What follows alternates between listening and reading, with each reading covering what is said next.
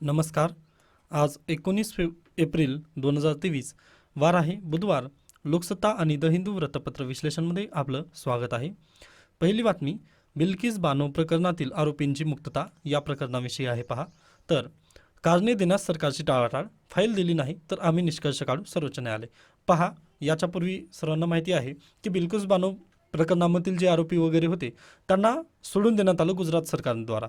Okay, मग जेव्हा Bilkis Bano supreme कोर्टामध्ये याचिका दाखल करतात त्यावेळेस सुप्रीम कोर्टाने गुजरात सरकारला अगदीच प्रश्न वगैरे विचारलेले होते की फाईल वगैरे आम्हाला पुरवठा करावी व या तारखेला वगैरे आम्ही सुनावणी करणार आहोत.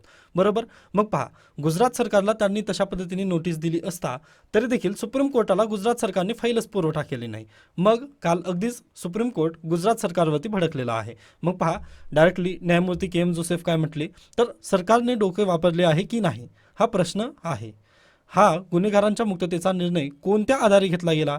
गुन्हेगारांची उर्वरित आयुष्य तुरुंगात काढावे असे न्यायालयाचे आदेश असताना कार्यकारी आदेश काढून त्यांना सोडले जाते. ओके, म्हणजे काय पहा, सुप्रीम कोर्टाने त्यांना म्हणजे अगदीच जे न्यायालय आहे न्यायालयाने त्यांना काय दिलं होतं, शिक्षा वगैरे केलेली होती.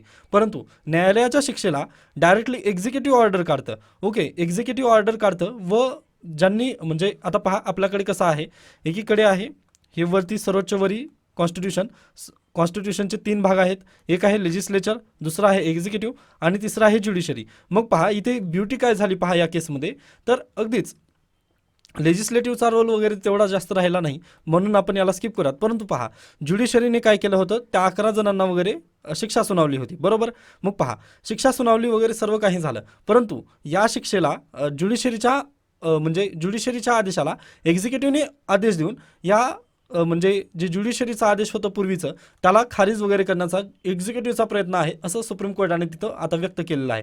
म्हणजे बेसिकली जर खऱ्या अर्थाने जर पाहिलं तर हे काय आहे, आता पहा, आपल्याकडे चेक्स अँड बॅलन्स आहेत. ओके, म्हणजे कोणीही कोणाच्या रस्त्यामध्ये वगैरे येऊ नये असं चेक्स अँड बॅलन्स वगैरे आपल्या कॉन्स्टिट्यूशनने दिलेले आहेत. बरोबर. मग पहा, परंतु इथं काय झालं, एक्झिक्युटिव्हने ज्युडिशरीच्या हद्दीमध्ये वगैरे येण्याचा प्रयत्न केलेला आहे. त्यामुळे सुप्रीम कोर्ट आणखीन काल जास्तच भडकलेलं होतं गुजरात सरकारवरती. त्यानंतर म्हणजे भाषा पण पहा कशा पद्धतीने भाषा त्यांनी वापरलेली आहे. ओके, त्यानंतर पुढे या. आज या महिला आहेत, म्हणजे आज बिल्किस आहेत, उद्या तुम्ही किंवा मी असू शकेन. काही ठोस निकष असले पाहिजे. तुम्ही कारणे सांगणार नसाल तर आम्ही आमचे निष्कर्ष काढू व सुप्रीम कोर्टाने जर निष्कर्ष काढले तर अगदीच ते वाईट ठरतील असं सुप्रीम कोर्टाने डायरेक्टली निर्देश दिलेले आहेत. व पहा, हे असं का केलं, म्हणजे सुप्रीम कोर्ट एवढं रागावण्याचं वगैरे कारण काय आहे, तर त्याचं पण काही कारणं वगैरे त्याने दिले आहेत.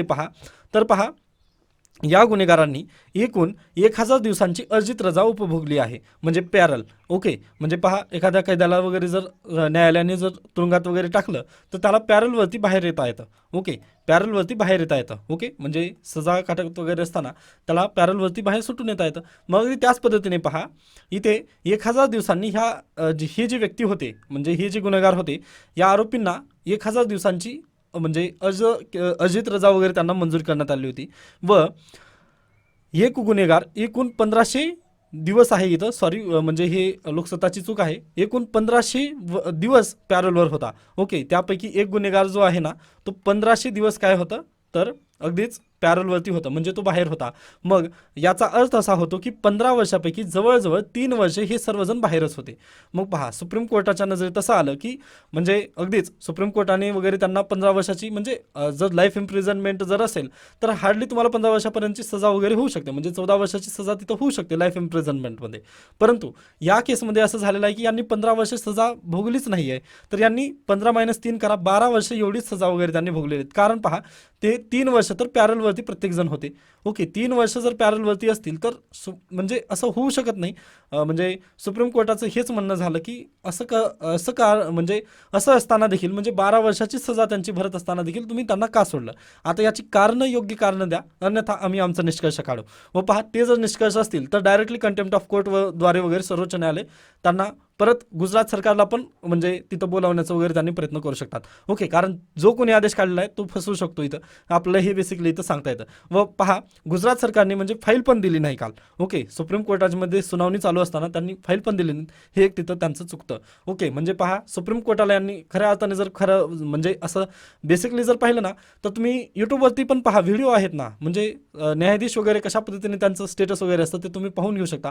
तर अगदीच त्यांनी म्हणजे समजलेच नाहीत असं मला म्हणजे ह्या न्यूजमधून वगैरे वाटलं. म्हणजे ते थोडंसं हे आहे, आपल्या लेक्चरच्या आउटसाईडची बाब आहे ती. परंतु पहा, जर तुम्ही न्यायालयाचा जर वगैरे थोडासा विचार जर केला तर ते अगदीच पॉवरफुलरित्या वगैरे बोलत असतात व त्यांनी जर अशा पद्धतीने जर सरकार प्रयत्न करत असेल तर ते अगदी चुकीचं आहे. ओके, हे आपलं इथं बेसिकली वाटतं. त्यानंतर काल महाराष्ट्र पॉलिटिक्स हे ट्रेंडिंगवरती विषय होता. मग त्यामध्ये अजित पवार यांनी स्टेटमेंट दिलेलं आहे की जीवात जीव असेपर्यंत मी राष्ट्रवादीतच असेन. म्हणजे अगदीच जे जजमेंट वगैरे येणार आहे महाराष्ट्राबाबतचं त्यानुसार आता सगळ्यांना त्याच्याकडे म्हणजे सुप्रीम कोर्टाचं जे जजमेंट येणार आहे एकनाथ शिंदे यांच्या गटाबाबत वगैरे, मग त्या संदर्भात आता हे सध्याला महाराष्ट्र पॉलिटिक्समध्ये एक म्हणजे अगदीच भूकंप येण्याची तयारी वगैरे आहे असं म्हणत होते काल. ट्विटरवरती अगदी ट्रेंडिंग होतं, त्याबाबतची ही न्यूज आहे. परंतु अजित पवारांनी त्या चर्चेला वगैरे पूर्णविराम दिलेला आहे. ती चांगली बाब आहे, कारण महाराष्ट्रामधील जी पॉलिटिक्स वगैरे ती स्टेबल असायला हवं. कारण पहा, आपण म्हणजे अगदीच आर्थिक कॅपिटल म्हणून महाराष्ट्राला वगैरे ओळखलं जातं देशामध्ये, व महाराष्ट्राची जर पॉलिटिक्स स्टेबल जर नसेल तर पहा आपल्या महाराष्ट्राला खूप फटका पडू शकतो. कारण पहा, कोणीही इन्व्हेस्ट करत असताना म्हणजे बाहेरून देशातून जर इन्व्हेस्टमेंट वगैरे महाराष्ट्रात येत असेल तर त्यांनी पहिल्यांदा एकच बघतात की पॉलिसीमध्ये स्टॅबिलिटी वगैरे किती आहे, सरकारमध्ये स्टॅबिलिटी वगैरे किती आहे हेच पाहतात. व अगदीच 2 वर्षामध्ये 2 जर सरकार वगैरे जर बदलत असतील तर कोणीही इन्व्हेस्ट वगैरे करायला तिथं अगदीच मागे पुढे पाहेल. त्यामुळे महाराष्ट्रामध्ये पॉलिटिक्स जी आहे ती स्टेबल असणं गरजेचं आहे, हेच आपण तिथं म्हणू शकतो. त्यानंतर पुढे चला, समलिंगी विवाहाबाबत खटल्यावरून सरकार न्यायालयात खडाजंगी. आता पहा, काल मी लेक्चर घेत असताना म्हटलेलं होतं की सुप्रीम कोर्टाला जर ते म्हणजे स्टेटमेंट जर तशा पद्धतीने त्यांनी जर त्याचं इंटरप्रिटेशन काढलं तर ते अगदीच वाद तर होणार आहे. व झालं पण तसंच, म्हणजे त्या वादावरून म्हणजे त्या इंटरप्रिटेशनवर तर झालं नाही कारण, परंतु अन्य दुसरी काही एक न्यूज झाली. म्हणजे तुषार मेहता यांनी थोडंसं काही तशा पद्धतीने तिथं वक्तव्य केलं की अगदीच त्यांच्यामध्ये परत एकदा भांडण वगैरे झाले, हे आपलं बेसिकली सांगता येतं. मग आता ती 5 वरती गेल्यानंतर ती न्यूज आपण परत एकदा डिटेलमध्ये पाहूयात. त्यानंतर पुढे चला, येथे पहा, आज वाशिम जिल्हा आणि नाशिक जिल्हा दिलेले आहेत. तर जे कोणी त्या जिल्ह्यातून बिलॉंग करत असतील तर त्यांनी प्लीज हे 2 न्यूज वगैरे तुम्ही वाचून घ्या. त्यानंतर पुढे चला, महाविद्यालय शासकीय कार्यालयात आता हेल्मेटची सक्ती करण्यात येणार आहे. ओके, व यासाठी CCTV कॅमेऱ्यांची मदत देखील घेतली जाणार आहे. व हे चांगला निर्णय आहे. पहा, म्हणजे आता अगदीच महाविद्यालय किंवा म्हणजे आपल्याला जर हेल्मेटची जर ही करायची असेल, सवय जर लावायची असेल ना, तर अगदीच घरातून वगैरे संस्कार दिले गेले पाहिजेत. म्हणजे आता घरातून तरी जर शिकलं नाही तरी विद्यार्थी शाळेमध्ये तरी शिकला पाहिजे. ओके, मग जर आपण शासकीय कार्यालय त्यानंतर महाविद्यालय अशाच ठिकाणी जर हेल्मेटची सक्ती केली तर अगदी त्याचा वापर होईल, म्हणजे हेल्मेटचा वगैरे वापर होईल असं आपण तिथं बेसिकली सांगू शकतो. मग आता पाहूयात याबद्दलची गाईडलाईन्स वगैरे येणार आहे. ओके, चांगली तर म्हणजे आपल्या सुरक्षिततेसाठी ही चांगली न्यूज आहे असं आपण तिथं म्हणू शकतो. त्यानंतर पुढे या, मानसिक आरोग्यावरील अभ्यासक्रम तयार करा. आता पहा, कोविड आलं. ओके, कोविड लॉकडाऊनमुळे अगदीच मानसिक रुग्ण वगैरे आपल्याकडे भरपूर तयार वगैरे झाले. कारण पहा, नियर अँड डिअर वनला आपण अगदीच त्या पद्धतीने त्यांचा मृत्यू वगैरे झाल्यानंतर म्हणजे आपल्याकडे म्हणजे सायकोलॉजिकल इफेक्ट वगैरे अगदीच तयार झालेले होते. व पहा, आपल्या भारत देशामध्ये अद्याप म्हणजे तशा पद्धतीने हे नाही आहे की मानसिक रुग्ण वगैरे होऊ शकतं असं तिथं हे नाही. आपण फक्त त्याला मेंटल म्हणून वगैरे असं म्हणजे मजाकमध्ये वगैरे घेतो तो रोग किंवा तो आजार. ओके, त्यासाठी पहा, आता UGCने उच्च शिक्षण संस्थांना निर्देश दिलेले आहेत की मानसिक आरोग्यावरील अभ्यासक्रम तयार करायचा आहे. व हे अगदीच येणाऱ्या काळामध्ये वगैरे आपल्याला गरज आहे. कारण पहा, सोशल मीडियाने माणूस कसं होत आहे, थोडंसं दुरावत चाललेलं आहे. ठीक आहे, आपण व्हॉट्सअपवरती वगैरे सर्व म्हणजे जवळ आहोत, परंतु भेटणं वगैरे होत आहे का सर्वांचं रियालिटीमध्ये वगैरे, तर ते बिलकुल होत नाही आहे. त्यासाठी पहा, अगदीच थोडंसं सायकोलॉजिकल डिसऑर्डर वगैरे किंवा आपण म्हणू शकतो की नात्यामधील जरा थोडासा तडा वगैरे जात आहे, मग ते दूर करण्यासाठी. व पहा, माणूस हा समाजशील प्राणी आहे, बरोबर. मग समाजात राहत असताना त्याला अगदीच भावना वगैरे शेअर करणं वगैरे गरजेचं आहे. व व्हॉट्सअप त्यानंतर जे सोशल मीडिया वगैरे आहे त्यामधून फक्त आपण आयडेंटिटी क्रायसिस निर्माण होत आहे. ओके, तिथे आपल्याला वाटतं की आपण म्हणजे एकूण एकाशी जोडलेले आहोत, परंतु तिथं फक्त आयडेंटिटी क्रायसिस होत आहे. कारण पहा, कुणी आपली पॉझिटिव्ह साईडच तिथं दाखवण्याचा प्रयत्न करत आहे, निगेटिव्ह साईड कोणी दाखवत नाही. मग एखादा जर व्यक्ती अगदीच तो जर सोशल मीडियावरून जर भारावून गेला तर अगदीच त्याच्या लाईफमध्ये तर खूप पॉझिटिव्ह चाललं आहे व माझ्या लाईफमध्ये खूपच निगेटिव्ह चाललं आहे, अशा पद्धतीने तो थोडासा मानसिक रुग्ण होऊ शकतो. त्यासाठी पहा, आपल्याला म्हणजे मानसिक आरोग्यावर यावर अभ्यासक्रम तयार करण्याची अगदी गरज आहे. त्यासाठी आता प्रयत्न होत आहेत, चांगली गोष्ट आहे. त्यानंतर पुढे चला.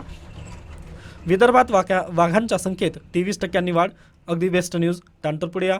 हवामान बदलामुळे साखर उत्पादन घटले, यंदा हंगामात 105 लाख टन उत्पादन. आता पहा, अगदीच सरकारने वगैरे म्हटलेलं होतं की यावर्षी जास्त उत्पादन वगैरे होईल, परंतु तसं झालेलं नाही आहे. तर सर्व म्हणजे क्लायमेट चेंजमुळे वगैरे काय झालेलं आहे, उत्पादन घटलेलंच आहे असं आपल्या इथं बेसिकली सांगता येतं. त्यानंतर पुढे या. येथून अन्य न्यूज नाही पहा, गरजेची आपल्यासाठी. ओके. त्यानंतर आहे सुनावणी प्राधान्यक्रमावरून सरकार न्यायालयामध्ये खडाजंगी. आता पहा, म्हणजे ती जी सेम सेक्स मॅरेज याबाबतची जी न्यूज होती त्या न्यूजला आता आपण इथं कव्हर करत आहोत. झालेलं काय पहा, काल सुप्रीम कोर्टामध्ये प्रकरण वगैरे सुनावणीला गेलं, बरोबर. मग सुप्रीम कोर्टामध्ये प्रकरण सुनावणीला गेल्या लगेच सॉलिसिटर जनरल तुषार मेहता यांनी काय केलं पहा, तर अगदीच नवीन पिटिशन फाईल केली की सेम सेक्स मॅरेज हे प्रकरण सर्वोच्च न्यायालय म्हणजे सुनावणीसाठी घेऊ शकता का, असा प्रश्नाचं त्यांनी काय केलं, एक पिटिशन फाईल केलं सुप्रीम कोर्टामध्ये. व सॉलिसिटर जनरल यांचं मत काय झालं पहा, की सुप्रीम कोर्टाने जे पूर्वीचं म्हणजे 18 एप्रिल रोजी आम्ही सेम सेक्स मॅरेज या केसबद्दल सुनावणी करणार आहोत हे प्रकरण सोडून सुप्रीम कोर्टाने आज हे गरजेचंच आहे का या प्रकरणावर सुनावणी द्यावं असं त्यांचं मत ठरलं. ओके. सॉलिसिटर जनरलचं असं मत ठरलं. मग अगदीच त्यांनी विनंती करत होते CJI चंद्रचूड यांना, परंतु चंद्रचूड यांना म्हणजे अगदी 2-3 वेळा वगैरे तशा पद्धतीने हे केल्यानंतर ते त्यांना खटकलं. त्यांनी मग अगदीच त्यांना सुनावलेलं आहे. मग त्यांनी म्हटले की असं होऊ शकत नाही, कारण आम्ही पहिल्यांदाच डेट दिलेली आहे, म्हणजे 18 एप्रिल आम्ही पूर्वीच दिलेली होती. त्यानंतर याच्यापूर्वी पहा स्टडी वगैरे करण्यात आलेली आहे. ओके. जे म्हणजे जे याचिकाकर्ते वगैरे आहेत त्यांनी सायकॉलॉजिकलची स्टडी वगैरे ऑलरेडी करून आणलेली आहे. UK USA वगैरे याच्यापूर्वी आपण ती स्टडी वगैरे डिस्कस केलेली आहे, बरोबर. ओके. मग पहा, हे सर्व स्टडी वगैरे झाल्यानंतर आता तुम्ही जर म्हणत असाल तर हे अगदी चुकीचं आहे असं त्यांनी डायरेक्टली म्हटलं तुषार मेहता यांना. ओके. मग तुषार मेहता यांनी म्हटले की या केसमध्ये आता जर असं होत नसेल तर सुनावणी करणं म्हणजे सुनावणीसाठी आम्ही असू किंवा नसू आता त्यावर आम्हाला विचार करावा लागेल असं त्यांनी म्हटलं.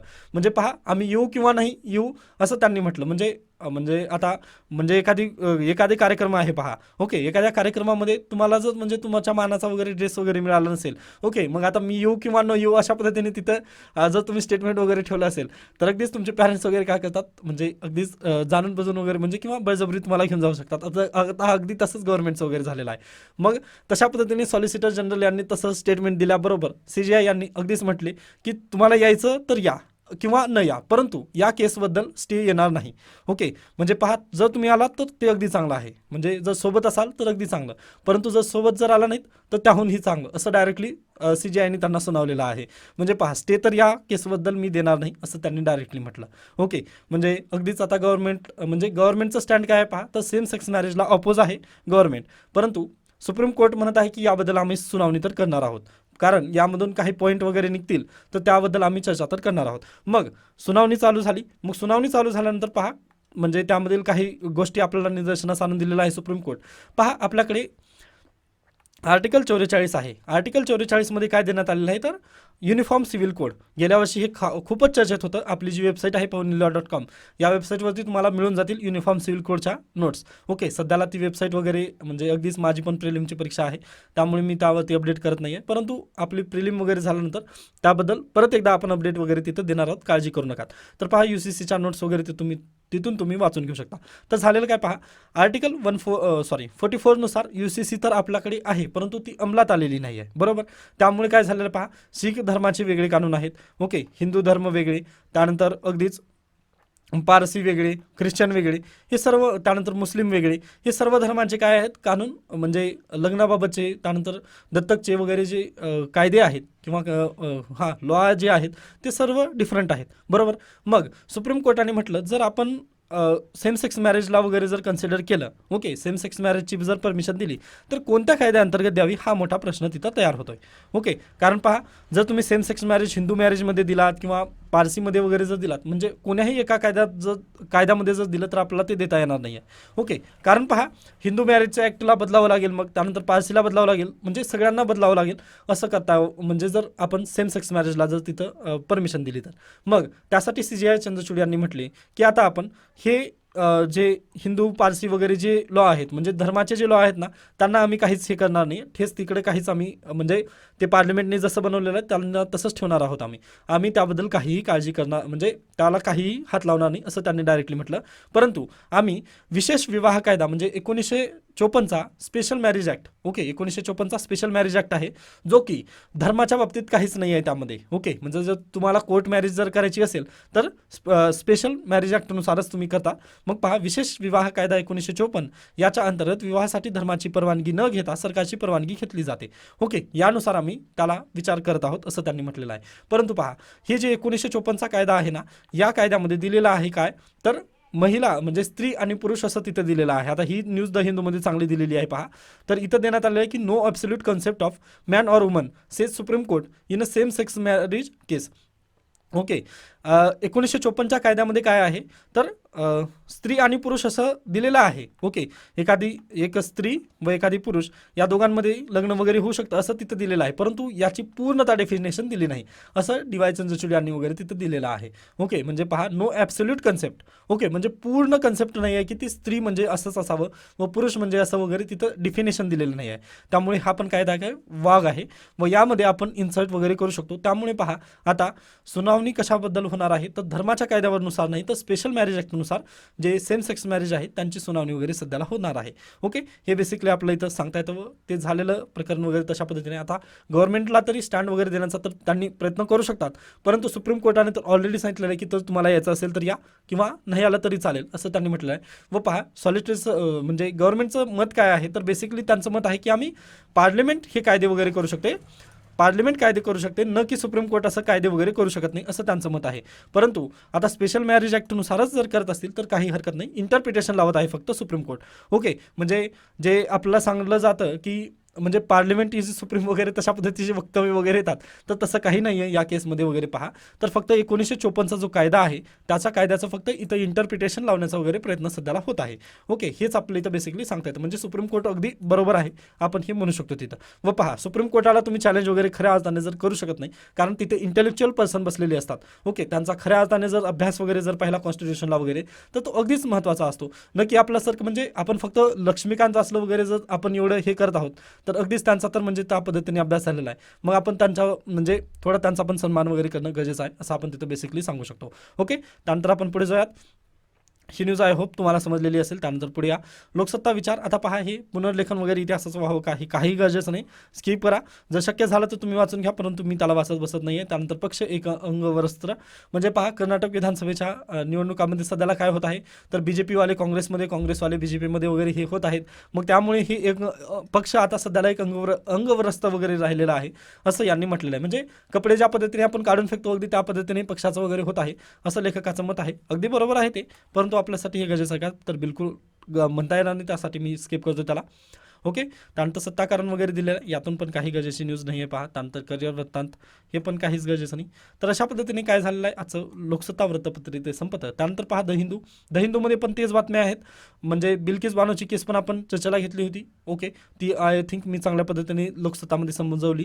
त्यानंतर डी वाय चंद्रचूड ही केस आपण जे सेम सेक्स मॅरेज त्याबद्दलची केस पण सांगितलं.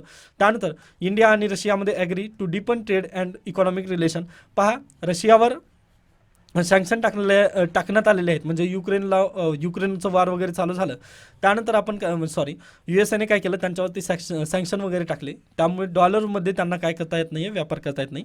मग भारताला त्याचा एक बेस्ट उपाय म्हणून भारताला एक ऑपॉर्च्युनिटी आहे की रशियासोबत आपण रुबल आणि रुपया यामध्ये व्यवहार वगैरे करू शकतो आपण.